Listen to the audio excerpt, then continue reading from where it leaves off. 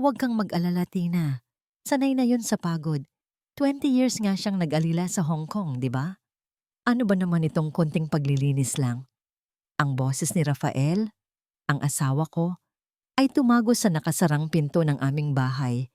Hindi parang isang bulong, kundi parang isang malamig na patalim na humiwa sa katahimikan ng hapon. Nakatayo ako sa labas. Ang mga daliri ko'y naninigas sa ibabaw ng doorknob na bakal. Sa kabilang kamay ko, mahigpit kong hawak ang isang maliit na kahon. Isang relo na ilang buwan kong pinag-ipunan. Ang huling pasalubong mula sa balikbayan box na inuwi ko para sa kanya. Ang plano ko ay sorpresahin sila. Ang plano ko ay ang tumakbo sa mga yakap nila. Ang sabihing, nandito na ako. Hindi na ako aalis. Ngunit ang mga salitang narinig ko ay hindi yakap. Ang mga salitang yon ay isang pader. Isang pader na biglang itinayo sa pagitan ng nakaraan at ng kasalukuyan. Tila nawala ng bigat ang relong hawak ko. Kasabay ng pagkawala ng bigat ng puso ko sa loob ng aking dibdib. Ang halakhak ng isang babae, pamilyar, ngunit may ibang tono, ang sumunod sa sinabi ni Rafael. Sa loob ng dibdib ko, may isang bagay na gumuho, mas tahimik pa sa pagbagsak ng alikabok, ngunit mas nakabibingi. 20 Pasko, bulong ng isip ko. 20 Pasko ang isinakripisyo ko na malayo sa kanila. Para lang ba sa ganito? Sa wakas, pinilit kong pihitin ang doorknob. Ang tunog ng pagpihit nito ay tila napakalakas sa biglang nabuong katahimikan. Pagpasok ko, isang kakaibang lamig ang sumalubong sa akin. Hindi ito ang lamig ng aircon. Ito ang lamig ng pagiging dayuhan. Ang mga muebles ay bago. Isang malaking leather na sofa ang pumalit sa lumang sopa na pinagtatagpian ko noon. Isang flat-screen TV ang nakasabit sa dingding kung saan dating naroon ang mga wedding picture namin. Lahat ng ito ay binayaran ng dugo at pawis ko. Ngunit ngayon ko lang nakita. Para akong bumisita sa bahay ng ibang tao. Mihan, gulat na tumayo si Rafael. Ang ngiti sa kanyang labi ay tila ipinako doon ng pilit. Sa tabi niya, ang aking biyenan, si Doña Pilar, ay ibinaba ang hawak na tasa ng kape. Ang kanyang mga mata ay nanlilisik na parang sa isang ahas. Ang ekspresyon niya ay hindi pagkagulat, kundi pagkainis. Tila isang hindi inaasahang bisita ang dumating para sirain ang kanyang araw. Narinig ko ang boses ng panganay kong si Elaine, ngunit hindi ito sigaw ng pananabik. Iyon ay isang bulong na puno ng pag-aalinlangan. Nakatayo siya sa paanan ng hagdan kasama ang bunso kong si Noel na bahagyang nagtatago sa kanyang likuran. Hindi sila tumakbo para yumakap. Nanatili silang nakatayo roon. Ang mga mata nila'y naglalakbay mula sa akin patungo sa kanilang ama. Tila humihingi ng permiso kung paano ba dapat kumilos. Ang puso ko, na kanina lang ay durog, ay tila piniga pa hanggang sa mawalan ng huling patak ng pag-asa. Kasabay noon, may lumabas mula sa kusina. Isang babae na ang muka ay napakapamilyar. Ang pinsan kong si Celestina. Si Tina, na tinulungan kong makatapos ng pag-aaral. Si Tina, na itinuring kong parang bunsong kapatid. Nakasuot siya ng luma kong duster, ang paborito ko dahil malambot ang tela, at kumakain ng isang piraso ng mangga na para bang siya ang reyna ng bahay na ito. Ngumiti siya sa akin. Isang nangiting matamis ngunit may nakatagong lason. Ate Mihan, buti naman at naisipan mong umuwi. Sabi niya, ang bawat salita ay tila isang batong ibinabato sa akin.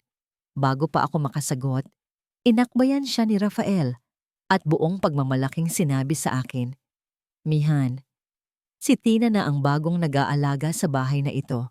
May diin sa salitang bago na tila isang maruming basahan na ipinamumukha sa akin. Noon ko naintindihan ang boses na narinig ko sa labas. Ang babaeng nasa tabi ng asawa ko, ang pinsan ko. Ang lahat ng piraso ng palaisipan ay nabuo sa aking isipan at ang nabuong larawan ay isang obra ng kataksilan. Nanikip ang dibdib ko at ang hangin sa paligid ay tila naging napakabigat para lang hapin. Ang mga mata ko ay napadako sa isang sulok kung saan nakabukas ang balikbayan box na ipinadala ko 1 buwan na ang nakalipas.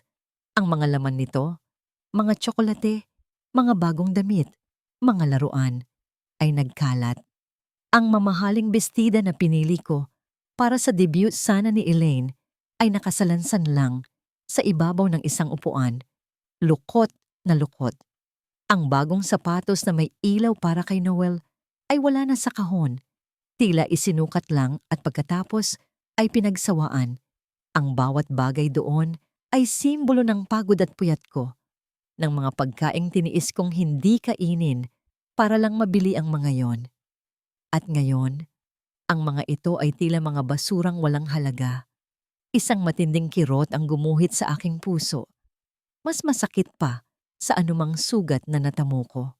Tumingin ako sa kanila, sa asawa ko, sa biyenan ko, sa mga anak ko, at sa pinsan ko. Silang lahat ay nakatingin sa akin, hindi bilang isang ina o asawa na umuwi, kundi bilang isang problema na kailangang lutasin. Huminga ng malalim si Tina at dahan-dahang hinaplos ang kanyang tiyan. Tumingin siya kay Rafa, na may ngiti, bago ibinaling ang kanyang mga mata sa akin, mga matang puno ng tagumpay at pang-aasar. At isa pa, Tita Mihan. Sabi niya, ang boses niya ay malambing, ngunit bawat pantig ay isang punyal. Magkaka-baby na kami ni Rafi.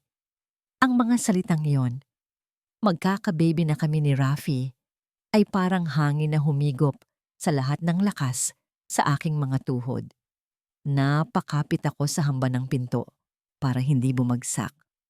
Ang buong paligid ay tila nawalan ng tunog at ang tanging naririnig ko na lang ay ang mabilis na pagtibok ng sarili kong puso. Isang alingaw-ngaw ng pagkawasak sa loob ng aking dibdib. Tumingin ako kay Rafael, naghahanap ng kahit anong bahid ng pagtanggi, ng kahit isang maliit na senyales na isa lang itong masamang biro. Ngunit ang nakita ko sa kanyang mga mata ay hindi pagsisisi, kundi pagkainis.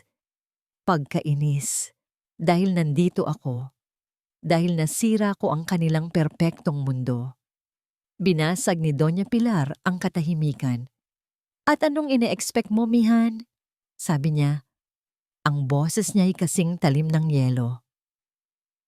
Na habang buhay maghihintay sa'yo si Rafael, lalaki iyan, may pangangailangan. At ikaw wala ka rito, ang kasalanan ay nasa'yo. Bawat salita niya ay isang sampal. Ang 20 taon ng aking sakripisyo ay bigla na lang binaliktad at ginawang isang kasalanan. Ako pa ang may utang na loob na may sumalo sa pamilyang iniwan ko. Tumingin ako sa mga anak ko, umaasa sa kanilang pagtatanggol. Ngunit si Elaine ay nakayuko, pinaglalaruan ang dulo ng kanyang damit. Si Noel naman ay mas lalong nagtago sa likod ng kanyang ate. Sila ang dahilan kung bakit ako umalis. Pero ngayon, tila sila na rin ang dahilan kung bakit wala na akong puwang dito. Elaine, anak. Nagsusumamo ang boses ko. Lumapit ako sa kanya. Iniangat ang kamay ko para hawakan ang kanyang braso. Ngunit umuurong siya. Umiwas siya ng tingin. At nang sa wakas ay magsalita siya. Ang boses niya ay walang emosyon. Malamig. Mamatagal ka kasing nawala. Nasasanay din kaming wala ka. Ang mga salitang yon ang tuluyang pumatay sa kung anumang natitirang pag-asa sa loob ko. Hindi ko namalayan na tumutulo na pala ang luha ko. Isang patak, tapos isa pa, hanggang sa naging isang munting agos sa aking pisngi. Ang sakit ay hindi matulis, kundi malawak at kumakalat, na parang lason na, unti-unting nilalamon ang bawat himaymay ng aking pagkatao. Lumapit ako kay Noel, ang aking bunso, ang huling sinag ng pag-asa. Ngunit bago ko pa man siya maabot, humarang na si Doña Pilar. Hinila niya ang bata palayo sa akin na parang ako ay isang sakit na nakakahawa. Yumuko siya at may ibinulong sa aking anak Sapat lang ang lakas para marinig ko. Huwag kang maniwala dyan, apo. Pera lang ang habol niyan kaya siya bumalik. Ang mga salitang iyon ay mas masakit pa sa sampal ni Elaine. Ang aking biyenan ay hindi lang inaagaw ang aking pamilya. Sinusunog niya ang tulay sa pagitan ko at ng aking mga anak. Tinitiyak na wala na akong babalikan. Kinabukasan, sinubukan kong bumawi. Sinubukan kong ibalik ang isang piraso ng nakaraan na pag-aari ko. Nagtungo ako sa kusina, ang kaharian ko dati, na ngayon ay teritoryo na ni Tina. Hindi ko siya pinansin. Inilabas ko ang mga sangkap at nagsimulang magluto ng adobo, ang paborito ni Noel. Ang bawat hiwa ng bawang, bawat patak ng tuyo ay isang dasal. Na sana, sa pamamagitan ng pamilyar na amoy at lasa, ay maalala niya ako. Maalala niya ang kanyang ina. Nang maluto ito, ang mabangong amoy ng adobo ay kumalat sa buong kabahayan. Isang paanyaya ng pagmamahal. Kasabay noon ang pagdating ni Noel mula sa eskwela. Nakita ko ang pananabik sa kanyang mga mata nang maamoy niya ang niluluto ko. Ngunit bago pa man siya makalapit, sumulpot si Doña Pilar. May bitbit na paper bag mula sa isang sikat na fast food chain. "Noel, apo, heto may chicken joy ka," sabi ng lola niya. "Mas masarap pa dyan sa luto ng kung sino-sino lang." Nag-aalangan na tumingin si Noel mula sa akin patungo sa kanyang lola. At sa huli, pinili niya ang manok na nasa kahon. Ang amoy ng adobo na kanina'y puno ng pag-asa ay biglang naging amoy ng kabiguan. Nang gabing iyon, hinarap ako ni Rafael at Doña Pilar. Pinaupo nila ako sa bagong sofa na para bang ako ay isang aplikante na i-interviewin. Inilapag ni Doña Pilar ang isang puting papel sa lamesa sa aking harapan. Isang special power of attorney. Para ito sa pamilya, Mihan. Mahinahon ngunit may diin na, sabi niya. Para sa apo ko. Kailangan nating ayusin ang mga ari-arian para hindi na mahirapan si Rafael sa pag-asikaso sa bangko. Isang pirma mo lang. Kinuha ko ang papel. Nanginginig ang aking mga kamay habang binabasa ko ang mga nakasulat. Ang dokumento ay magbibigay kay Rafael ng ganap na kapangyarihan sa lahat ng ari-arian na nakapangalan sa akin. Ang bahay, ang lupa, ang savings account. Ang lahat ng pinaghirapan ko sa loob ng 20 taon ay isusuko ko sa isang pirma lang. Binalik ko ang papel sa lamesa. "Hindi ko pipirmahan, to," sabi ko. Ang boses ko ay mahina, ngunit buo. Ang pagbabago sa mukha ni Rafael ay mabilis. Ang pekeng pagtitimpi ay napalitan ng purong galit. Ang isang ugat sa kanyang leeg ay lumitaw. "At anong karapatan mong tumanggi?" Halos pasigaw niyang sabi. "Pera mo lang to, pero pamilya kami dito. Kami ang nagtitiis sa lahat habang ikaw ay nagpapakasarap sa Hong Kong." Nagpapakasarap? Hindi makapaniwalang ulit ko. Ang lahat ng gabi na hindi ako natulog. Ang lahat ng sakit ng katawan. Ang lahat ng luhang pumatak dahil sa pangungulila. Iyon ba ang tinatawag niyang sarap? Ang pagtatalo ay uminit. Si Doña Pilar ay sumisigaw. Si Tina ay umiiyak sa isang sulok, hawak-hawak ang kanyang tiyan. At sa gitna ng kaguluhan, nawala ang kontrol ni Rafael. Hinawakan niya ako ng mahigpit sa braso, ang kanyang mga daliri ay bumaon sa aking balat. Kinaladkad niya ako patungo sa pinto. "Kung hindi ka pipirma, lumayas ka sa bahay na ito." Sigaw niya at itinulak ako palabas. Ang pagsara ng pinto ay tila isang hatol.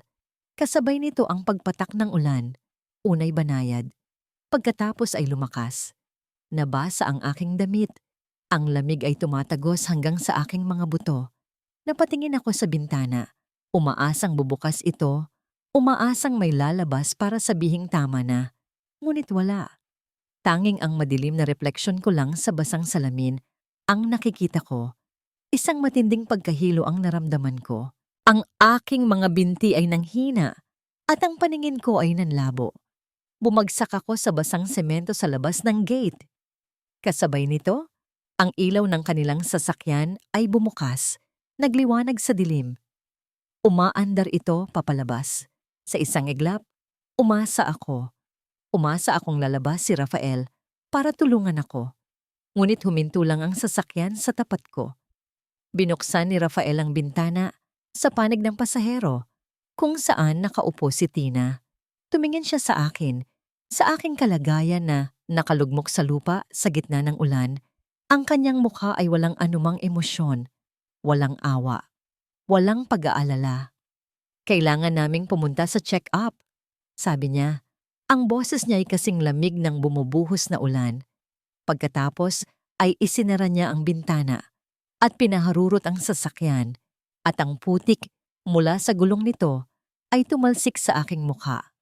Naiwan akong mag-isa, nakahandusay sa dilim, habang ang ulan ay patuloy na bumubuhos, tila sinusubukang hugasan ng sakit na kahit kailan ay hindi na mawawala. Ang bigat ng ulan ay parang bigat ng sanlibutan sa aking mga balikat.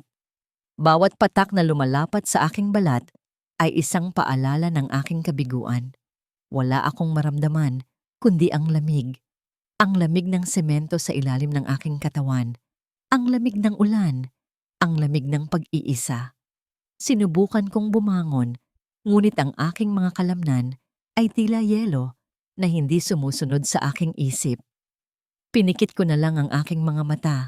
Hinahayaan ang sarili na lamunin ng dilim. Umaasang isa lang itong masamang panaginip. Ngunit may isang liwanag na tumama sa aking mukha.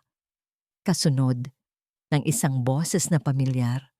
Mihan, Diyos ko, anong nangyari sa'yo? Dahan-dahan kong iminulat ang aking mga mata. Nakatayo sa aking harapan si Aling Mercy, ang aming kapitbahay. Hawak ang isang malaking payong na sumasangga sa amin mula sa malakas na ulan. Ang kanyang mukha, na kadalasan ay puno ng kuryosidad, ay ngayoy puno ng tunay na pag-aalala. Ay nako, ang mga walang puso. Bulong niya habang tinutulungan akong tumayo. Ang kanyang mga braso ay hindi malakas, ngunit ang init ng kanyang pagtulong ay sapat na para bigyan ako ng kaunting lakas. Nakita ko sa bintana ang pag-alis ng sasakyan. Iniwan ka lang talaga nila dito. Isinakay niya ako sa isang tricycle na pinara niya sa gitna ng gabi. Bawat lubak na aming dinadaanan ay parang suntok sa aking nananakit na katawan at kaluluwa. Dinala niya ako hindi sa isang pribadong ospital na pinupunduhan ng aking mga padala, kundi sa pampublikong pagamutan ng bayan. Isang lugar na puno ng amoy ng gamot at desperasyon. Habang sinusuri ako ng isang nurse, isang lalaking nakaunipormeng puti ang lumapit. Ako na po ang titingin sa kanya, sabi ng doktor. Ang boses niya ay mahinahon at professional. Nang humarap siya sa akin, may kung anong pamilyar sa kanyang mga mata. Ginang Lorca? Amihan Lorca, tama po ba? Tanong niya. Tumangulang ako, masyadong pagod para magsalita. Ngumiti siya ng bahagya. Hindi niyo po siguro ako natatandaan. Ako po si Ibarra, Dr. Miguel Ibarra. Hinintay niya akong mag-react at nang wala siyang nakita, nagpatuloy siya. Yung scholar po na tinulungan niyo sa Bacolod, dahil po sa inyo, natapos ko ang pag-aaral ko sa medisina. Biglang bumalik sa alaala ko ang isang payat na binatang nakasalamin na nagpapadala sa akin ng sulat pasasalamat bawat taon na may kasamang litrato ng kanyang matataas na grado. Ang batang iyon na tinulungan ko mula sa kaunting sobrang ipon ko ay siya palang sasaklolo sa akin ngayon. Isang patak ng init ang dumaloy sa nanlalamig kong puso. Habang ginagamot niya ang aking mga galos, mahinahon siyang nagtanong. Pasensya na po. Narinig ko po sa kapitbahay niyo. Hinatid daw po sa check-up ang kasama nila sa bahay? Oo, si Tina.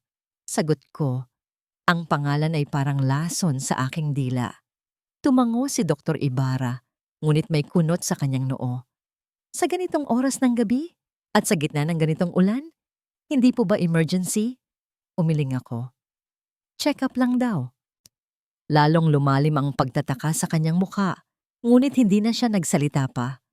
Matapos akong bigyan ng gamot, inihatid ako ni Aling Mercy sa kanyang maliit na bahay. Pinahiram niya ako ng tuyong damit at binigyan ng isang tasang mainit na kape. Alam ng buong barangay ang sakripisyo mo, Mihan, sabi niya habang nakaupo kami sa kanyang kusina. Huwag kang susuko. Ang simpleng salita na yon ang nagbigay sa akin ng kung anong tapang. May isang tao pa palang nakakakita sa akin. May isang tao pa palang naniniwala sa akin. Sa gabing iyon, habang nakahiga sa dayuhang kama, isang pangalan ang pumasok sa aking isip. Ang nag-iisang tao mula sa aking nakaraan bilang OFW na pinagkakatiwalaan ko ng buo. Nanginginig ang aking mga kamay nang kunin ko ang aking basang cellphone at hanapin ang kanyang numero. Pagkatapos ng ilang pagtunog, isang boses lalaki ang sumagot. Silas? Halos pabulong kong sabi.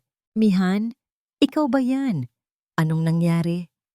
May pag-aalala sa boses ni Silas Montoya, ang dati kong kasamahan sa Hong Kong, na ngayon ay isa ng abogado. At doon, ibinuhos ko ang lahat. Ang bawat sakit, bawat sampal ng katotohanan, bawat patak ng luha. Nakikinig lang siya sa kabilang linya. Hindi ako pinuputol. At nang matapos ako, ang tanging sinabi niya ay, makinig ka, Mihan. Huwag kang iiyak. Simula ngayon, lalaban tayo. Utang ko sa'yo ang inspirasyon. Nung mga panahong gusto ko nang sumuko, oras na para bumawi. Sa unang pagkakataon, sa loob ng napakatagal na panahon, nakaramdam ako ng isang sinag ng pag-asa. Hindi pa tapos ang lahat. Magsisimula pa lang ako.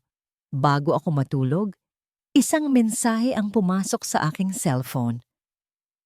Mula kay Dr. Ibarra, binuksan ko ito at ang mga salitang nabasa ko ang nagpatigil sa paghinga ko.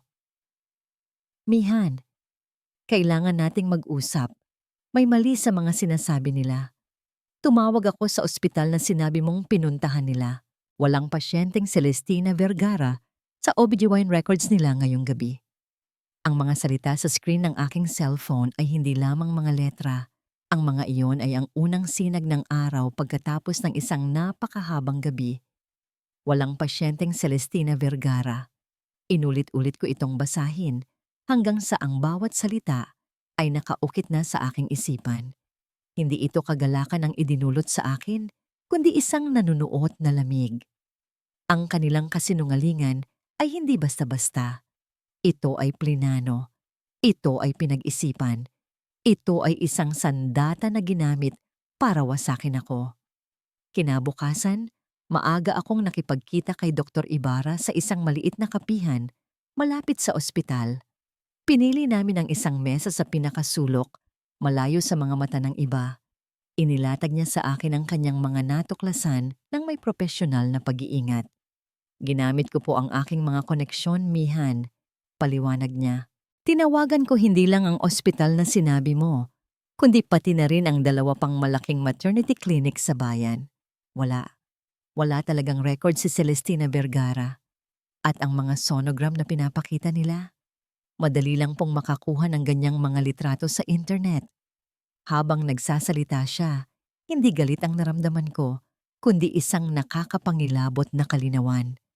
Ang bawat piraso ng ebidensya ay isang sinulid, at sa aking isipan, nakikita ko na ang paghahabi nila ng isang malaking kumot ng panloloko para takpan ang kanilang kataksilan. Ang aking mga kamay na nakapatong sa mesa ay bahagyang nanginginig, ngunit nang magsalita ako, ang boses ko ay buo at hindi basag. Maraming salamat, Miguel. Malaking tulong ito. Pagkaalis ko sa kapihan, agad kong tinawagan si Silas. Isinalaysay ko sa kanya ang lahat ng sinabi ni Dr. Ibarra. Isang sandali ng katahimikan ang namagitan bago siya sumagot. Ang kanyang boses ay kalmado ngunit may bigat. This is huge, Mihan. Ito ang anchor natin, sabi niya. This proves intent to commit fraud and cause psychological abuse. Ngayon, may ipapagawa ako sa'yo at kailangan kong maging matatag ka. Pumunta ka sa City Hall. Kumuha ka ng certified true copy ng titulo ng lupa ng bahay ninyo. Pagkatapos, dumiretso ka sa bangko kung saan napupunta ang mga padala mo. I have a very bad feeling about this. Ang boses ni Silas ay tila isang utos na gumising sa natutulog na mandirigma sa loob ko. Sinunod ko ang kanyang mga tagubilin nang walang pag-aalinlangan. Ang bawat hakbang ko patungo sa munisipyo at pagkatapos ay sa bangko ay tila may sariling bigat. Bawat hakbang ay palapit sa isang katotohanang hindi ko pa alam kung kaya kong harapin. Sa loob ng bangko, ang lamig ng aircon ay tumagos sa aking balat. Lumapit ako sa counter, ang puso ko'y bumibilis ang pagtibok. Nang ibigay ko ang aking pangalan at account number, ang bank manager mismo ang lumabas para kausapin ako. May pag-aalala sa kanyang mukha. Mrs. Luwar ka, mabuti po at naparito kayo. Sabi niya habang ginagabayan ako patungo sa kanyang opisina. Matagal na po naming sinusubukang kontakin kayo. Doon, sa loob ng malamig at tahimik na opisina, inilatag niya ang lahat. Ang aking savings account na dapat sana ay naglalaman ng ipon ko sa loob ng 20 taon ay halos wala ng laman. Ngunit hindi iyon ang pinakamasakit. Inilabas niya ang isa pang folder, mga loan document. May ilang loan po na kinuha laban sa inyong ari-arian. Marahan niyang paliwanag. Nakatitig ako sa mga papel. Isang malaking utang na nakasanla ang aming bahay at lupa. 2 personal loan na ang collateral ay ang aking time deposit. At sa ilalim ng bawat kontrata, naroon ang aking pangalan, ang aking pirma. Pero hindi iyon ang aking pirma. Iyon ay isang magaspang na imitasyon, isang panggagaya na ginawa ng isang kamay na hindi sa akin. Bawat kurba ng mga letra ay isang insulto. Bawat pagguhit ng tinta ay isang paglapastangan sa aking pagkatao. Tiningnan ko ang mga petsa. Nagsimula ito 3 taon na ang nakalipas. 3 taon na nila akong pinagnanakawan habang ako ay nagpapakapagod sa ibang bansa. Iniisip na inaalagaan ko sila. Isang matinding lamig ang gumapang mula sa aking mga paa, paakyat sa aking buong katawan. Napakapit ako sa gilid ng mesa para suportahan ang aking sarili. Ang hangin sa silid ay tila naubos. Ang katotohanan ay mas malala pa sa aking pinakamasamang bangungot. Hindi lang nila ako niloko sa pag-ibig. Hindi lang nila ako pinalitan. Sistematiko nilang sinira ang aking buhay, ninakaw ang aking kinabukasan, at ginamit ang aking sariling pangalan para ibaon ako sa utang. Lumabas ako ng bangko na yakap-yakap ang mga photocopy ng mga pekeng dokumento. Ang sikat ng araw sa labas ay nakakasilaw, ngunit ang mundo ko ay mas madilim pa kaysa dati. Habang naglalakad ako sa gitna ng maraming tao, isang bagay ang naging malinaw sa akin. Hindi lang nila ako gustong palitan. Gusto nila akong burahin. Ang mga dokumento sa aking kamay ay hindi na papel. Ang mga yon ay naging bigat ng bakal, isang patunay ng kanilang krimen. Habang nakatayo sa labas ng bangko, sa gitna ng init ng araw at ingay ng mga sasakyan, isang kakaibang katahimikan ang bumalot sa akin. Ang galit na dapat sana ay sumabog ay naging isang matigas at malamig na bato sa aking sikmura. Ang mga luha ay natuyo na bago pa man pumatak. Sa sandaling iyon, hindi na ako si Mihan na biktima. Ipinanganak ang isang bagong ako, isang babaeng may plano. Tinawagan ko si Silas. Ang boses ko ay kalmado na tila ako ay nag-uulat ng panahon. Nakuha ko na lahat, Silas. Mas masahol pa sa inaasahan natin. Pekeng pirma. Ubos ang pera. Sa kabilang linya narinig ko ang kanyang malalim na paghinga. Makinig ka, Mihan. Ito ang pinakamahirap na parte. Kailangan mong bumalik sa bahay na yan. Ang sikmura ko ay tila bumaliktad. Ang ideya na muling makita ang kanilang mga mukha na huminga sa parehong hangin na kanilang hinihinga ay parang paglunok ng lason. Bakit, Silas? Bakit ako babalik doon? Because this is our chance, Marin niyang sabi. Kailangan nilang maging kampante. Kailangan nilang maniwala na nanalo na sila, na sumuko ka na. Bumalik ka, Mihan. Sabihin mong pipirmahan mo na ang mga papeles. While you are there, I need you to be my eyes and ears. Maghanap ka ng kahit anong ebidensya pa. Resibo, sulat, kahit ano na magpapatunay ng kanilang masamang intensyon. Can you do that for me? Can you do that for yourself? Ang bawat salita niya ay isang mabigat na responsibilidad. Ang pagbabalik ay hindi lang pagbabalik sa teritoryo ng kaaway. Ito ay isang pag-arte, isang mapanganib na pagganap. Huminga ako ng malalim, hinugot ang lahat ng natitirang lakas sa aking kaluluwa. Gagawin ko. Ang paglalakad ko pabalik sa bahay ay ang pinakamahabang paglalakad sa aking buhay. Sa bawat hakbang, isinusuot ko ang aking maskara, iniyuko ko ang aking mga balikat, hinayaan kong manghina ang aking mga mata. Ibinagsak ko ang aking mukha sa isang ekspresyon ng kabuuang pagkatalo. Nang marating ko ang gate, ako na si Mihan na wasak, si Mihan na suko, si Mihan na wala ng pag-asa. Binuksan ko ang pinto nang walang katok. Lahat sila ay nasa sala, nagtatawanan. Ang halakhak nila ay biglang naputol nang makita nila ako. Isang sandali ng tensyon ang namayani bago ko sila binigyan ng isang pilit at basag na ng ngiti. Patawad, sabi ko. Ang boses ko ay sinadya kong gawing mahina at nanginginig. Nagkamali ako. Pagod lang siguro ako. Nasaan na ang mga papel? Pipirmahan ko na. Ang pagbabago sa kanilang mga muka ay parang panunood ng isang dula. Ang tensyon ay napalitan ng di maipintang kasiyahan sa mukha ni Doña Pilar. Ang galit ni Rafael ay naging isang mayabang na ngiti. At si Tina, lumapit siya sa akin at hinawakan pa ang aking balikat na parang isang mapagbigay na reyna. Mabuti naman at natauhan ka na, Ate Mihan, sabi niya. Para naman ito sa pamilya, di ba? Tumangulang ako, iniiwasan ng kanyang mga mata para hindi niya makita ang apoy na nag-aalab sa likod ng aking pagkukunwari. Binigyan nila ako ng isang maliit na kwarto sa likod, ang dating silid ng katulong. Walang tumutol sa akin nang magtungo ako roon. Para sa kanila, ako ay isang multo na lang, isang anino na malapit ng maglaho. Sa loob ng sumunod na 2 araw, gumanap ako sa aking papel ng perpekto. Naglilinis ako ng bahay, naghuhugas ng mga plato. Hindi ako nagsasalita maliban kung kinakausap. Isang gabi, habang nag-aayos ako sa master's bedroom, ang dati kong kwarto na ngayon ay sa kanila na. May isang bagay na pumukaw sa aking pansin sa ibabaw ng tokador ni Tina. Iyon ay isang suklay na garing, luma na at may kaunting sira sa dulo. Hindi ito mamahalin, ngunit para sa akin, ito ay isang kayamanan. Iyon ang huling alaala na iniwan sa akin ng aking yumaong ina.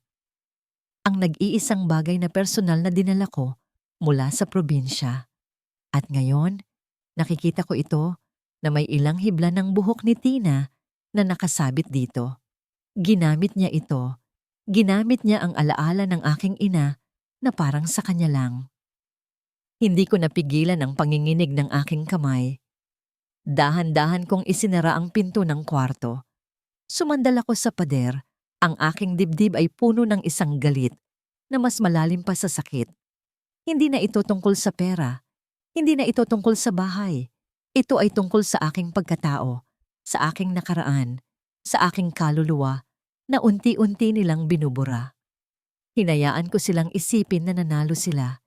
Hinayaan kong kantiyawan nila ako, utusan at pagtawanan sa aking likuran. Ngunit sa bawat pekeng ngiti, sa bawat pilit na pagtango, itinatala ko sa aking isipan ang lahat ng kanilang utang. At sa paghawak ko sa suklay ng aking ina, isinumpa ko sa aking sarili na malapit na ang araw ng paniningil. Pagkatapos ng 3 araw ng pagpapanggap, sa wakas ay dumating na ang araw na itinakda ko. Isang Biyernes ng gabi, lumapit ako kay Rafael habang nagbabasa siya ng dyaryo sa sala. Ang kanyang mga paa ay nakapatong pa sa center table na parang isang hari. Ginamit ko ang pinakamalumanay na boses na kaya kong iparinig. "Rafi," sabi ko, "gusto ko sanang magluto ng espesyal na hapunan mamaya. Bilang, bilang pasasalamat at bilang pamamaalam na rin siguro." Ibinaba niya ang dyaryo. Ang kanyang mga mata ay puno ng pagtataka at kaunting pagmamataas. "Pamamaalam?" "Oo," sabi ko. Yumuko para hindi niya makita ang kislap sa aking mga mata. Pagkatapos kong pumirma, aalis na ako. Babalik na lang ako sa probinsya. Kaya sana, bago ako umalis, magkaroon tayo ng isang huling hapunan bilang pamilya. Ang salitang pamilya ay tila musika sa kanilang pandinig. Agad na sumang-ayon si Doña Pilar na abala sa pag-aayos ng kanyang mga halaman. Para sa kanya, ito na ang huling yugto ng kanyang tagumpay. Si Tina naman ay ngumiti lang. Isang ngiti na nagsasabing, "Sa wakas, aalis ka na. Pero may isa pa sana akong hiling." Dagdag ko, ang boses ko ay halos pabulong na. Gusto ko sanang imbitahan si Mr. Alfonso, yung bank manager, para masaksihan niya ang pagpirma ko, para maging opisyal ang lahat at wala ng problema sa bangko. Nagkatinginan sila at pagkatapos ay tumango si Rafael. Isang magandang ideya, isang saksi para gawing legal at pinalang kanilang panalo. At nag-aalangan kong sabi, "Pwede ko bang imbitahan din si Aling Mercy? Kahit sa kanya lang ako nakitira ng ilang gabi, malaki ang utang na loob ko para makita niyang maayos na ang lahat." Pinagtawanan nila ang ideya, ngunit pumayag din. Ano ba naman ang isang matandang tsismosa sa kanilang selebrasyon? Ginugol ko ang buong hapon sa kusina. Nagluto ako ng kanilang mga paborito, kare-kare para kay Doña Pilar, crispy pata para kay Rafael, at inihaw na liempo na gustong-gusto ni Elaine at Noel. Ang bawat sangkap na inihahanda ko ay may kasamang panalangin. Ang bawat paghalo sa kaldero ay isang paghahanda para sa laban. Hindi ito isang hapunan ng pagsuko. Ito ay isang hapunan ng paghahatol. Nang dumating ang gabi, ang aming hapagkainan. Sa unang pagkakataon, mula nang ako'y dumating, ay nagmistulang masaya. Nakaupo sa kabisera si Rafael. Sa kanyang kanan ay si Tina at sa kaliwa ay si Doña Pilar. Ang aking mga anak ay nasa kabilang dulo. Tahimik at mailap ang mga mata. Dumating si Mr. Alfonso, mukhang hindi komportable, ngunit professional. At si Aling Mercy na may dala pang leche flan ay umupo sa tabi ko. Ang kanyang mga mata ay puno ng mga tanong. Inilapag ko ang huling putahe sa lamesa. Ngumiti ako sa kanilang lahat. Isang ngiting hindi umabot sa aking mga mata. "Salamat sa pagdating ninyong lahat," sabi ko. Ang boses ko ay matatag. Bago tayo kumain at bago ko pirmahan ang anumang dokumento, may isang bagay lang akong gustong sabihin. Inilabas ni Doña Pilar ang special power of attorney at inilapag ito sa tabi ng aking plato. "Mamaya na ang drama, Mihan. Ang pirma mo muna." Ngumiti ako. "Ito po ba yon?" Kinuha ko ang dokumento at pinagmasdan ito. Isang napakahalagang papel. Kaya nga po naisip ko, bago ang lahat, kailangan muna nating linawin ang ilang bagay. Tumingin ako kay Mr. Alfonso. "Sir, maaari po bang kumpirmahin ninyo sa pamilya ko kung ano ang kasalukuyang estado ng mga ari-arian na nakapangalan sa akin?" Ang pagbabago sa kapaligiran ay biglaan. Ang masayang pag-aabang ay napalitan ng isang mabigat na tensyon. Si Mr. Alfonso na tila naghihintay lang sa hudyat na ito ay tumikhim at inilabas ang isang folder mula sa kanyang briefcase. Ayon sa aming record, simula niya, ang kanyang boses ay malinaw at malakas sa loob ng tahimik na silid.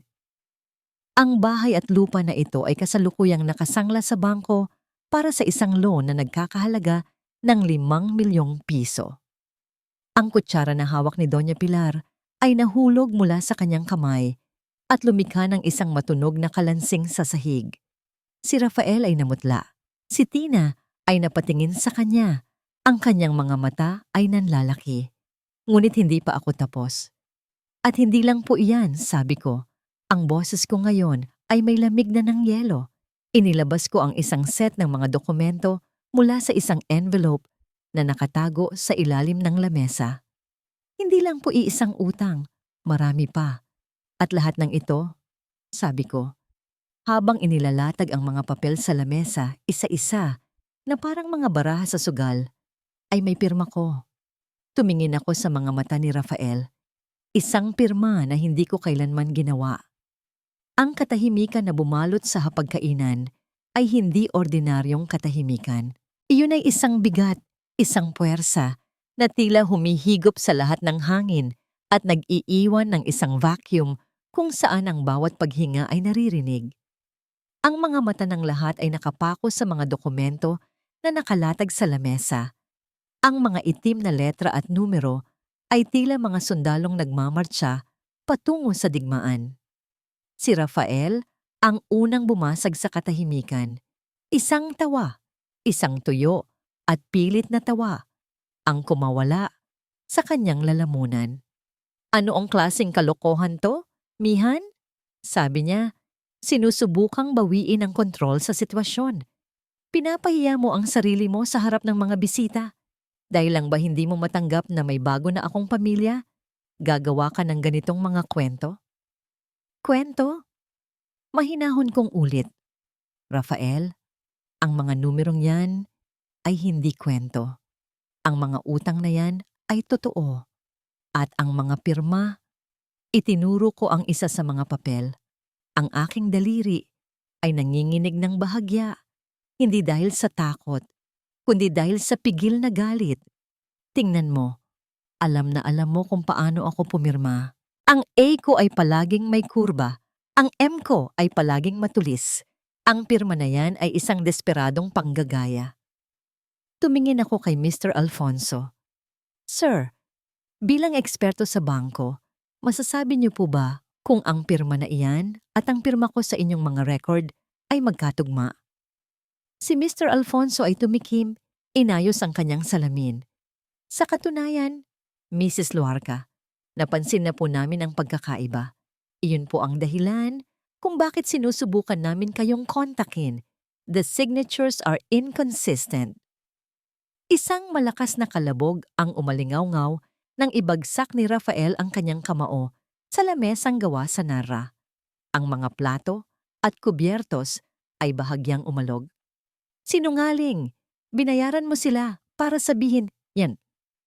Sino ang magbabayad, Rafael? Tanong ko. Ang boses ko ay hindi tumataas ngunit ang bawat salita ay may bigat. Ako? Na halos wala ng laman ng bank account?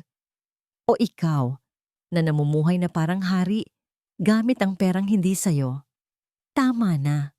Sigaw ni Doña Pilar. Ang kanyang mukha ay nababalutan ng galit. Walang hiya kang babae ka. Matapos kang alagaan ng pamilyang ito, ganito pa ang isusukli mo. Pagbibintangan mo pa ang sarili mong asawa? Hindi ko siya pinagbibintangan, Doña Pilar. Sagot ko, ibinaling ang aking tingin sa kanya. Sinasabi ko lang ang katotohanan. Pagkatapos ay dahan-dahan kong ibinaling ang aking tingin kay Tina. Nakayuko siya, hindi makatingin sa akin. Ang kanyang mga kamay ay mahigpit na nakahawak sa kanyang tiyan. Ang imahe ng isang buntis na kaawa-awa. Ang huling baraha na kanilang tangan. At oras na para sirain yon. At ikaw, Tina, sabi ko. Ang boses ko ay nagbago. Naging mas malambing, ngunit mas mapanganib. Ang pinakamasakit sa lahat ay ikaw. Ang pinsan ko. Ang itinuring kong kapatid. Ginamit mo ang isang bagay na sagrado para lokohin ako. Hindi kita maintindihan, ate. Pabulong niyang sabi. Ang mga luha ay nagsisimula nang mamuo sa kanyang mga mata. Talaga? Tanong ko. Inilabas ko ang isa pang papel mula sa envelope. Isang sulat mula sa opisina ni Dr. Miguel Ibarra. Nagtataka lang ako, paano ka nagkakaroon ng regular na check-up para sa iyong pagbubuntis kung wala namang record ang alinmang ospital o klinika sa bayan na may pasyente silang nagngangalang Celestina Vergara? Ang epekto ng aking mga salita ay agaran. Si Tina ay napasinghap na parang sinuntok sa sikmura. Ang kanyang pagkukunwari ay biglang gumuho at ang nakita ng lahat ay hindi isang nagdadalang taong ina, kundi isang takot na sinungaling. Tumingin siya kay Rafael, naghahanap ng saklolo, ngunit si Rafael ay nakatitig lang sa mga papel sa lamesa. Ang kanyang muka ay isang blangkong maskara ng pagkagapi. Ang tunog ng nababasag na babasagin ang pumunit sa katahimikan. Nabitawan ni Elaine ang kanyang baso at ang tubig ay kumalat sa sahig kasama ng mga piraso ng bubog. Nakatingin siya sa kanyang ama. Pagkatapos ay kay Tina, ang kanyang mga mata ay puno ng pangingilabot at isang dahan-dahang sumisibol na pagkaunawa. Sa tabi niya, si Noel ay nakatingin sa akin. Ang kanyang mga mata ay malawak, hindi sa takot, kundi sa pagkalito, na para bang ang buong mundong kanyang nakilala ay bigla na lang naging isang malaking kasinungalingan. Tumayo ako. Ang aking mga tuhod ay hindi na nanginginig. Ang aking mga kamay ay hindi na nanlalamig. Tumingin ako sa dalawa kong anak. Nilagpasan ang mga durog na taong nasa pagitan namin. Sa unang pagkakataon, nagsalita ako sa kanila hindi bilang isang biktima, kundi bilang isang ina na naniningil. Ngayon, alam niyo na ang totoo. Sabi ko, ang boses ko ay basag na sa wakas, hindi dahil sa sakit, kundi dahil sa bigat ng katotohanan. Ang tanong, saan kayo tatayo? Ang tanong ko ay isang bato na ibinagsak sa isang tahimik na lawa. At ang mga alon nito ay unang tumama kay Elaine. Ang mga piraso ng basag na salamin sa sahig ay tila salamin ng kanyang durog na puso. Sunod-sunod na pumatak ang kanyang mga luha. Hindi na niya ito napigilan. Patawad, ma. Humihikbi niyang sabi. Ang bawat salita ay kinakain ng kanyang mga pagsisisi. Patawarin niyo po ako. Tumingin siya sa kanyang ama. Ang paghanga sa kanyang mga mata ay napalitan na ng pait. Sinabi po sa akin ni Papa na kailangan daw ng malaking pera para sa kasal ko, na mapapahiya daw tayo sa pamilya ni Eric kung hindi. Nangako siya na aayusin niya ang lahat, na gagamitin niya ang pera mo para sa kinabukasan ko. Naniwala po ako sa kanya. Patawad, ma. Ang pag-amin ni Elaine ay ang unang pagguho ng haligi. Humarap sa kanya si Doña Pilar. Ang mukha ay hindi makapaniwala. Walang utang na loob. Sigaw niya. Matapos kang palakihin ng ama mo, sa ina mo ka pa kakampi na iniwan tayo. Ngunit ang lason sa mga salita ni Doña Pilar ay wala ng talab. Ang katotohanan ay nailantad na. Si Rafael, na nawalan na ng huling kakampi, ay tumayo ng marahas. Huwag kang maniwala dyan, Elaine. Niloloko lang kayo ng nanay niyo. Gusto niya tayong sirain. Dito na sumingit si Mr. Alfonso. Ang kanyang boses ay kalmado ngunit may bigat ng batas. Mr. Inigo, ang falsification of documents at estafa ay mga seryosong krimen. Ang mga ebidensya ay malinaw. Kung ipagpapatuloy po ito ni Mrs. Luarca, haharap po kayo sa isang kaso na may kaakibat na parusang pagkakakulong. Ang mga salitang krimen at pagkakakulong ay parang dalawang suntok na nagpabagsak kay Rafael. Ang lahat ng tapang, ang lahat ng yabang, ay biglang nawala na parang bula. Dahan-dahan siyang napaupo pabalik sa silya. Ang kulay sa kanyang muka ay unti-unting nawawala. Napatingin siya sa kanyang mga kamay na nakapatong sa lamesa. Ang mga kamay na pumirma sa kanyang sariling hatol. Ang pangalawang haligi ay gumuho na. Si Doña Pilar naman ay napatingin kay Aling Mercy na kanina pa tahimik na nanonood. Ang mukha ni Aling Mercy ay walang ekspresyon, ngunit ang kanyang mga mata ay nangungusap. Ano na lang ang sasabihin ng mga kapitbahay, Doña Pilar? Mahina niyang tanong, ngunit ang tanong ay umalingaw-ngaw na parang isang kulog. Ang salitang kapitbahay ang nagpaguho sa huling haligi ni Doña Pilar. Ang kanyang dangal, ang kanyang reputasyon, ang kanyang pinakamahalagang yaman. Napahawak siya sa kanyang dibdib, hindi makapagsalita. Ang matalas niyang dila ay tila naputol. Ang reyna ay natanggalan ng korona sa sarili niyang kaharian. Sa gitna ng kaguluhang ito, may isang anino na dahan-dahang tumatayo. Sinusubukang umalis nang hindi napapansin. Si Tina. Nakita niya ang paglubog ng barko at sinusubukan na niyang tumakas. Ngunit bago pa man siya makalayo, ang malamig kong boses ay pumigil sa kanya. "Saan ka pupunta, Tina?" Humarap siya sa akin. Ang kanyang mukha ay basang-basa na ng luha. Mga luha ng takot, hindi ng pagsisisi. "Patawad, ate. Napilitan lang ako." "Huwag mo akong tawaging ate." Putol ko sa kanya. Ang bawat salita ay isang pinal na hatol. Hindi pa tayo tapos. Ang bawat sentimo na kinuha ninyo sa akin ay sisingilin ko. Hindi lang sa korte ng batas, kundi sa korte ng Diyos. Hindi na siya sumagot. Mabilis siyang tumalikod at halos takbuhin ang daan palabas ng bahay, papalayo sa mga guho ng pamilyang siya mismo ang tumulong sirain. Ang lahat ng ingay ay nawala. Ang natira na lang ay ang tunog ng paghikbi ni Elaine, ang mabigat na paghinga ni Rafael, at ang nakabibinging katahimikan mula kay Doña Pilar. Ang hapunan ay tapos na.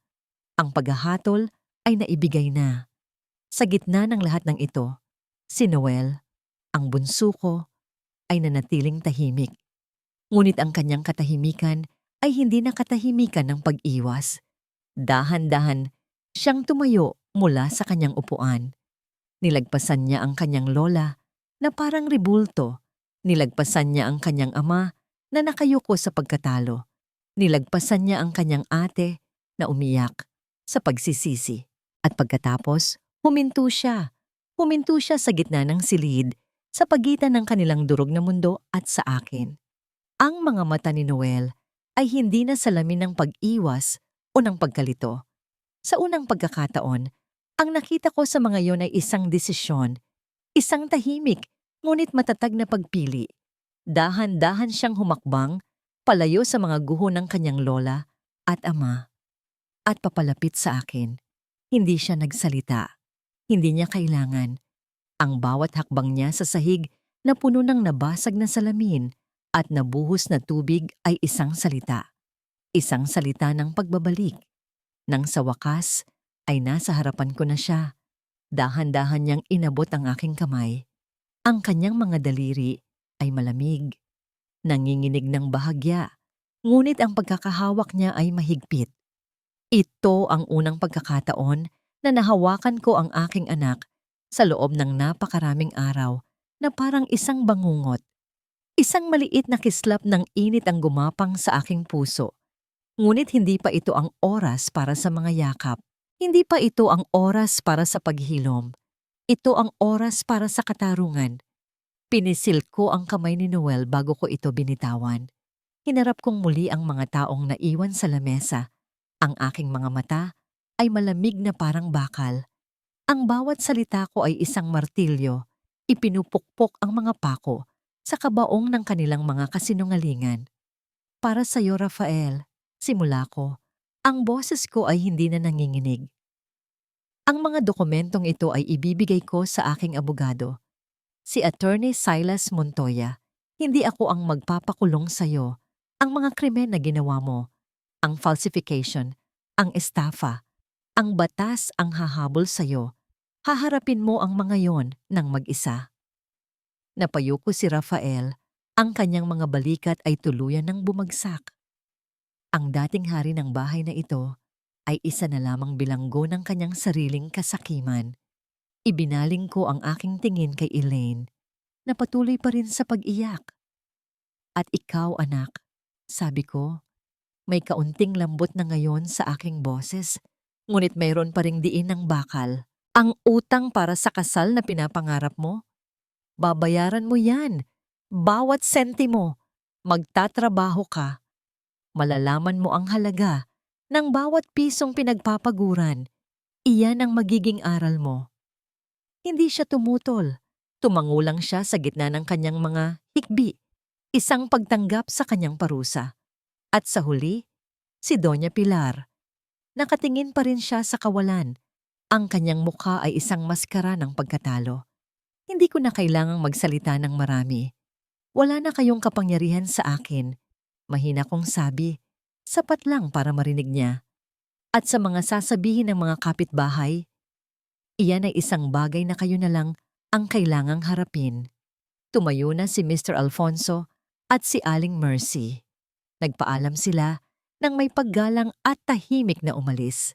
Ang kanilang presensya ay hindi na kailangan. Ang hatol ay naibigay na.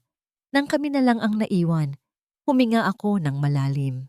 Tumingin ako sa paligid ng sala, sa mga bagong muebles, sa malaking telebisyon, sa mga palamuting binili gamit ang pera ng aking sakripisyo. Ang bahay na ito, sabi ko, ang aking boses ay umalingaw-ngaw sa katahimikan. Itinayo ito ng pawis at luha. Puno ito ng mga pangarap ko para sa inyo. Pero ngayon, puno na ito ng kasinungalingan. Amoy kataksilan ng bawat sulok. Wala nang pamilya dito. May mga dayuhan lang na nakatira. Tumingin ako sa kanila sa huling pagkakataon. Ibebenta ko ang bahay na ito. Ang lahat ng natitirang ari-arian ay ililipat ko. Magsisimula ako muli. Humarap ako kay Noel na naghihintay pa rin sa tabi ko. Inabot kong muli ang kanyang kamay. Halika na, anak. Saan kami pupunta, ma? Tanong din niya. Ang kanyang boses ay basag.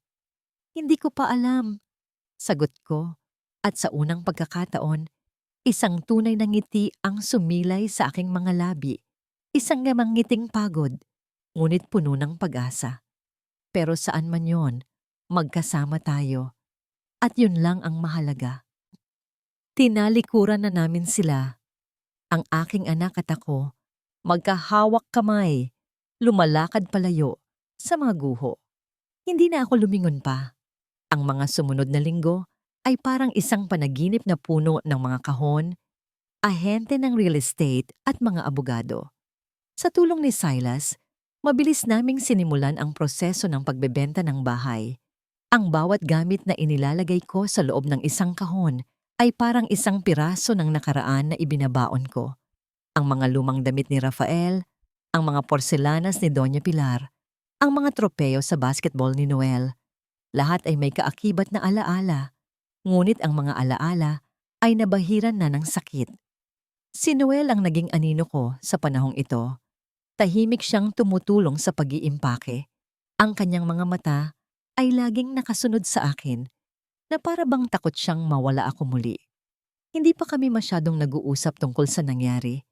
Masyado pang sariwa ang mga sugat.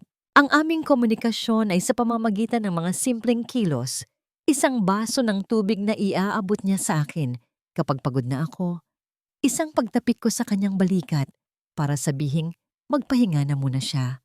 Sa mga simpleng kilos na yon, unti-unti naming muling itinatayo ang tulay na sinira ng mga kasinungalingan. Isang hapon, habang inaayos ko ang mga gamit sa dating kwarto ni Elaine, lumapit siya sa akin. Nag-aalangan siyang pumasok. Ang kanyang mga mata ay namumugto pa rin sa kaiiyak. Ma, mahina niyang sabi, gusto ko lang pong malaman niyo. Nag-apply na po ako ng trabaho sa isang call center at kinausap ko na po si Eric. Sinabi ko sa kanya ang lahat. Sabi ko, kung mahal niya talaga ako, maghihintay siya. Mag-iipon kaming dalawa para sa kasal namin nang walang perang galing sa iba. Tumingin ako sa aking panganay.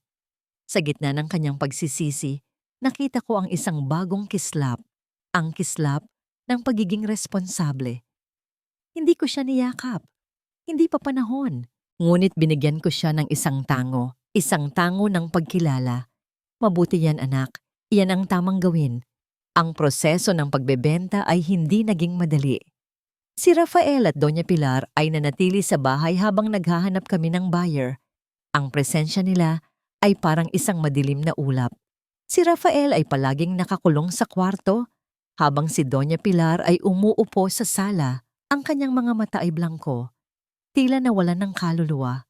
Ang mga tsismis sa barangay ay mabilis kumalat, at ang dating reyna ng kanilang kalye ay isa ng bilanggo sa sarili niyang kahihiyan. Sa wakas, dumating ang araw na may isang pamilyang nag-alok na bilhin ng bahay. Mas mababa sa orihinal na presyo, ngunit sapat na para mabayaran ang lahat ng utang sa bangko at may kaunting matitira para sa aming pagsisimula. Sa huling araw namin sa bahay na yon, habang hinihintay ang pagdating ng mga bagong may-ari, naupo ako sa sahig ng walang laman na sala. Ang tanging naririnig ko ay ang alingawngaw ng aking paghinga. Ang amoy ng pintura at alikabok ay pumalit sa dating amoy ng adobo at pagmamahal. Dito sa sahig na ito, tinuruan kong gumapang si Elaine. Sa sulok na yon, itinayo namin ang unang Christmas tree. Sa pader na yon, isinabit namin ang mga medalya ni Noel. Ang bahay na ito ay hindi lang isang istruktura ng semento at kahoy. Ito ay isang sisidlan ng aking mga pangarap. Ngunit ang mga sisidlan ay nababasag at ang mga pangarap ay nagbabago. Lumapit sa akin si Noel at umupo sa tabi ko. "Okay ka lang, ma?" tanong niya. Ngumiti ako at hinawakan ang kanyang kamay. "Okay lang, anak. Minsan, kailangan mo lang talagang bitawan ang mga bagay na nagpapabigat sa'yo para makalipad ka." Nang dumating ang mga papeles para sa huling pirmahan, tahimik na lumabas si Rafael mula sa kanyang silid. Tumayo siya sa aking harapan. Ang kanyang mga mata ay nakatingin sa sahig. "Mihan," sabi niya. Ang kanyang boses ay garalgal. "Patawad." Yun lang. Isang salita. Ngunit sa isang salitang iyon, narinig ko ang bigat ng 20 taon ng pagsasama, ng mga pangarap, ng mga pagkakamali. Tumingin ako sa kanya, hindi na may galit, hindi pa rin na may pagpapatawad, kundi may isang uri ng pagtanggap. "Mag-ingat ka, Rafael," sabi ko lang. Pinirmahan ko ang mga dokumento. Isinara ko ang isang kabanata ng aking buhay. Paglabas namin ni Noel sa pinto sa huling pagkakataon, hindi ako lumingon. Ang nakaraan ay nasa likod na. Ang kinabukasan, gaano man kalabo, ay nasa aming harapan, naghihintay. Ang perang natira mula sa pagbebenta ng bahay ay hindi malaki. Ngunit para sa akin, iyon ay isang kayamanan. Hindi dahil sa halaga nito sa pera, kundi dahil sa kung ano ang sinisimbolo nito. Kalayaan. Sa unang pagkakataon sa loob ng 20 taon, ang perang hawak ko ay para sa akin, hindi para sa kanila. Nagrenta kami ni Noel ng isang maliit, ngunit malinis na apartment sa sentro ng lungsod. Ang unang gabi namin doon, natulog kami sa sahig gamit ang mga hiniram na kumot. Walang mamahaling sofa, walang malaking telebisyon, tanging ang katahimikan at ang aming magkasamang paghinga. At sa gabing iyon, mas naging mahimbing ang tulog ko kaysa sa mga taon na lumipas. Sa tulong ng payo ni Silas, napagdesisyonan kong hindi ko ilalagay ang pera sa bangko para lang matulog. Kailangan kong palaguin ito. Kailangan kong bumuo ng isang bagay na sarili ko. Naalala ko ang napakaraming kapwa ko OFW sa Hong Kong, mga babaeng katulad ko, na may mga pangarap para sa kanilang pamilya, ngunit walang ideya kung paano magsisimula muli kapag umuwi na. At doon, ipinanganak ang isang ideya. Ginamit ko ang malaking bahagi ng pera para magtayo ng isang maliit na ahensya. Hindi ito ahensya para magpadala ng mga tao sa abroad. Ito ay isang ahensya para tulungan ang mga umuuwing. Nag-aalok kami ng financial literacy seminars, mga workshop sa pagnenegosyo, at counseling para sa mga pamilyang nahihirapang mag-adjust. Tinawag ko itong bagong simula. Ang mga unang buwan ay mahirap. Ako ang lahat. Ako ang janitor, ang receptionist, ang counselor, ang CEO. Si Noel naman, pagkatapos ng kanyang klase, ay tumutulong sa pag-aayos ng mga papeles at paggawa ng kape para sa aming mga bisita. Nakita ko ang isang bagong sigla sa aking anak. Ang dating tahimik at malungkot na binatilyo ay unti-unting nagkakaroon ng kumpiyansa, nakikipag-usap sa aming mga kliyente at nagbabahagi ng sarili niyang mga ideya. Isang araw, isang babae ang pumasok sa aming maliit na opisina. Ang kanyang mga mata ay pagod. Ang kanyang mga balikat ay mabigat. Kagagaling lang niya sa Middle East matapos ang 5 taong kontrata. Umuwi siya na walang naipon dahil lahat ay ipinadala niya sa pamilya, na ngayon ay sinisingil pa siya kung bakit wala siyang dalang ginto. Habang kinakausap ko siya, nakita ko ang sarili ko sa kanya. Ang kanyang sakit ay sakit ko rin. Ang kanyang mga luha ay mga luha ko rin. Sa sandaling iyon, naintindihan ko. Ang lahat ng sakit na pinagdaanan ko ay hindi isang sumpa. Iyon ay isang paghahanda. Iyon ang nagbigay sa akin ng lakas at ng pusong kayang umunawa sa sakit ng iba. Hindi ko siya binigyan ng pera. Binigyan ko siya ng isang bagay na mas mahalaga, isang plano. Tinulungan namin siyang gumawa ng isang maliit na business plan para sa isang karinderya. Ikinonekta namin siya sa mga organisasyong nagbibigay ng maliit na pautang. At higit sa lahat, sinabi ko sa kanya na hindi siya nag-iisa. Nang makaalis siya, may ngiti na sa kanyang mga labi. Isang nangiting pagod, ngunit puno ng pag-asa. Iyon ang naging mission ko. Ang bawat OFW na natutulungan kong mahanap ang kanyang bagong simula ay isang hakbang din palayo sa aking masakit na nakaraan. Ang bagong simula ay unti-unting nakilala. Nabalitaan ito ng lokal na pamahalaan at binigyan kami ng suporta. Si Silas ay naging aming pro bono, legal consultant. Si Dr. Ibarra ay nag-volunteer na magbigay ng libreng medical check-up sa aming mga miyembro 1 beses sa 1 buwan. Mula sa aking pagkawasak, isang komunidad ng pagtulong at pag-asa ang nabuo. Hindi na ako si Amihan Luarca, ang OFW. Hindi na ako si Mihan, ang asawa ni Rafael. Ako na si Tita Mihan ng bagong simula. Isang ina hindi lang sa aking mga anak, kundi sa lahat ng mga bayaning umuuwi.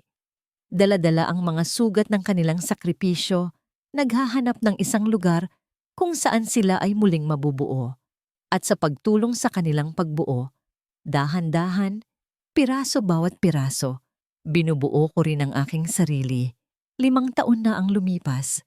Ang mga taon na yon ay hindi naghilom sa lahat ng sugat, ngunit tinuruan nila akong mabuhay kasama ng mga peklat, hindi bilang tanda ng kahinaan, kundi bilang simbolo ng katatagan. Ang bagong simula ay isa ng kilalang institusyon sa aming rehiyon. Ang maliit na apartment na inupahan namin noon ay isa ng disenteng gusali na may library, training rooms, at isang pansamantalang tirahan para sa mga umuwi-iwing OFW na walang mauwian. Ang aking mga kamay, na dati magaspang dahil sa laba at paglilinis, ay mga kamay na ng isang babaeng pumipirma ng mga partnership agreement at yumayakap sa mga taong nawalan ng pag-asa. Natagpuan ko ang aking yaman, hindi sa bank account, kundi sa bawat buhay na nabibigyan namin ng bagong simula. Minsan, nababalitaan ko sila. Si Rafael daw ay nagtatrabaho na bilang isang security guard sa isang mall sa Maynila. Namumuhay ng simple, puno ng pagsisisi. Si Doña Pilar naman ay nanatili sa Bacolod, nakatira sa isang maliit na apartment, nilayuan ng mga dati niyang kaibigan. Ang kanyang parusa ay hindi kulungan, kundi ang kahihiyan at ang katahimikan, isang bagay na kinatatakutan niya higit sa lahat. Si Tina ay nawala na lang na parang bula, isang masamang alaala na tinangay ng hangin. Isang hapon, habang nagkakape ako sa aking opisina, dumating ang 2 kong anak. Si Elaine, na ngayon ay isa ng manager sa call center na pinasukan niya, ay ikakasal na kay Eric sa susunod na buwan. Isang simpleng kasal na pinag-ipunan nilang 2. Ipinakita niya sa akin ang kanyang passbook, hindi para magyabang, kundi para ipakita ang bunga ng kanyang paghihirap. Ngumiti ako at hinawakan ang kanyang kamay. Proud ako sa iyo, anak. Si Noel naman ay malapit nang magtapos ng kolehiyo sa kursong social work. Siya na ang nagpapatakbo ng youth volunteer program ng aming foundation. Ma, sabi niya, may bago tayong partner community sa bundok. Kailangan nating bisitahin. Ang kanyang mga mata ay nagniningning sa layunin. Ang aking bunso ay isa ng lalaking may puso para sa iba. Nang hapong yun, dinala ako ni Noel sa dalampasigan. Habang pinapanood namin ang dahan-dahang paglubog ng araw, ang kalangitan ay nagiging kulay kahel at rosas. Tinanong niya ako, Ma, napatawad niyo na po ba si Papa? Huminga ako ng malalim, nilalasap ang alat ng hangin mula sa dagat. Anak, ang pagpapatawad ay hindi isang simpleng bagay. Hindi ito paglimot. Hindi ito pagsasabing tama ang ginawa nila. Tumingin ako sa kanya. Ang aking puso ay puno ng kapayapaan. Pero hindi na galit ang nararamdaman ko kapag naaalala ko siya, kundi awa. At siguro, iyon na ang pinakamalapit sa pagpapatawad. Pinatawad ko siya, hindi para sa kanya, kundi para sa sarili ko, para mapalaya ko na ang puso ko. Hinawakan niya ang aking kamay, tulad ng ginawa niya noong gabing umalis kami sa bahay na yon. Ngunit ngayon, ang pagkakahawak niya ay hindi na puno ng takot, kundi puno ng pag-unawa. Tumingin ako sa malayong abot-tanaw kung saan ang araw ay tuluyan ng lumubog, nag-iiwan ng isang pangako ng bagong umaga. Hindi na ako ang babaeng umuwi na puno ng pangarap para sa iba. Ako na ang babaeng bumuo ng sarili niyang pangarap sa sarili niyang mga kamay. At ang kapayapaan na naramdaman ko sa sandaling iyon, kasama ang aking anak, sa harap ng walang hanggang dagat, ay mas matamis pa sa anumang tagumpay na inaasam ko. Malaya na ako.